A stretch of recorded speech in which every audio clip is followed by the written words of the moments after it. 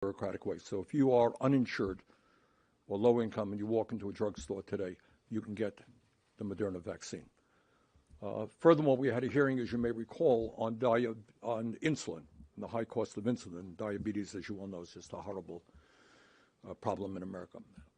And we had Eli Lilly coming before the Folks, Joe Biden may have to step up and take executive action if Congress cannot reach an agreement soon. The top lawmakers in the Senate have just announced their push to add billions of dollars in new spending. The extra funding will be allocated toward new and existing programs. A new Senate push to add billions of dollars in new spending next year is setting up for a battle later this year in Congress. It could result in a partial government shutdown, and it can't be resolved by September 30th. The top Democrat and Republican on the Senate Appropriations reached a deal this Thursday to add $14 billion in emergency funding for defense and non-defense spending. A Senate aide told Fox it's a very routine thing. They do this almost every year. But that addition will put the Senate on a collision course with House Republicans, whose conservatives have been pushing for spending cuts even below the debt ceiling limit. Kevin McCarthy and Joe Biden are ready for this, and the Senate's higher number was already angering Republicans in the House. They have made clear that they don't want to see their promised cuts evaporate, and some GOP representatives have said it's a concern for those of us in the House who see the final debt ceiling agreement as spending too much. Even GOP Senator Susan Collins said later in a hearing that, "I want to point out that this bill is, as well as many others who have approved it, that this year's was below last year's funding, in enacting for the omnibus bill. But House Republicans, including those who support the final deal, made clear that they would not be entertaining or entering any compromise that could be seen as adding to the agreed-upon spending levels."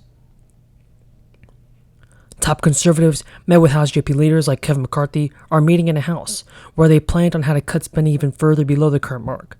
That's after the House Appropriations Committee chairman committed to bringing spending levels below that line. But overall, if an agreement cannot be forged on a path forward by September, Congress risks leaving the government in a shutdown. And the Biden administration has already wiped out $40 billion in student loans for 4,000 borrowers. That's fixing more than 20 years of debt. The Department of Education has said that qualifying borrowers will be notified if their loans be discharged in the coming weeks.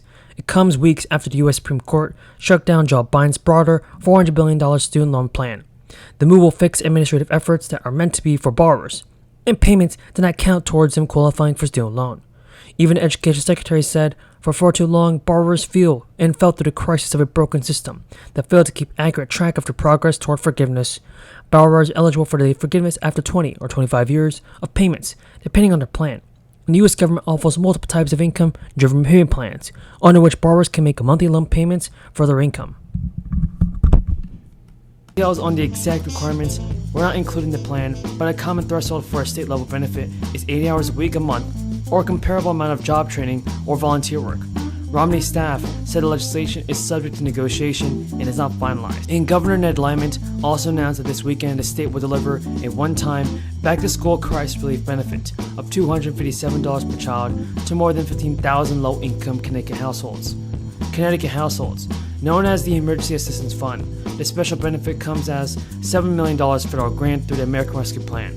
Eligible households include those with children who receive benefits through this temporary family assistance program during May 2022, or who received SNAP benefits and had no countable income during the same month.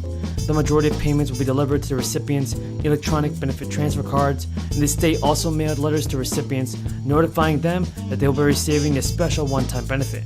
Governor Lamont explained that his administration is timing the release of these special benefits to coincide with the back-to-school shopping season and the start of Connecticut's sales-free tax week. That leads to metal embrittlement. So the solution would be, short of what was already discussed about potentially recoding existing networks, but for existing infrastructure, the solution would be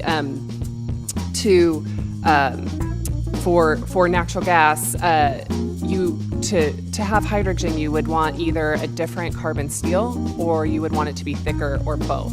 So what would be the impact then in the cost of constructing, from conventional natural gas pipelines versus a pipeline that does all the things that you just described?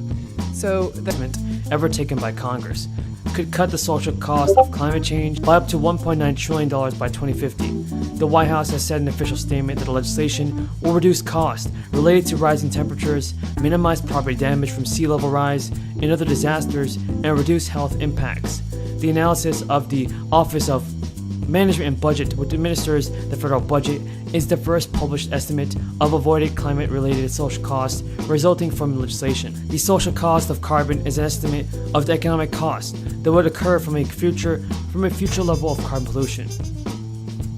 And the bill's climate provisions are projected to reduce the country's carbon emissions by roughly 40% by 2030. Early in his presidency, Joe Biden pledged to reduce U.S. emissions from 2005 levels, at least in half by 2030, and achieve net zero emissions by 2050. In the shorter term, the analysis projects the bill will save between roughly $34 billion and $84 billion each year by the end of the decade. Climate-related disasters could cost the U.S. federal budget roughly $2 trillion per year, a 7.1% loss in annual revenue by the end of the century. There are three main ways the bill targets rising prices. First, it plans to reduce the federal deficit, which is the difference between how much the U.S. government spends and how much it takes in taxes and revenue. And when there's less money floating in the economy, there tends to be less demand and fewer price hikes.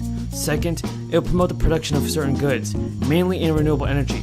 Having more supply than demand can help lower some costs over time, he added. Third, and more directly, one provision of the bill will help limit the price growth of certain prescriptions, as these companies will have fewer dollars to spend on resources to deploy 5G and other spectrum capabilities. Is it your understanding that enacting the 15% minimum tax on book income as written in the tax and spend bill will raise taxes on spectrum license holders, thereby raising prices on already financially strapped consumers?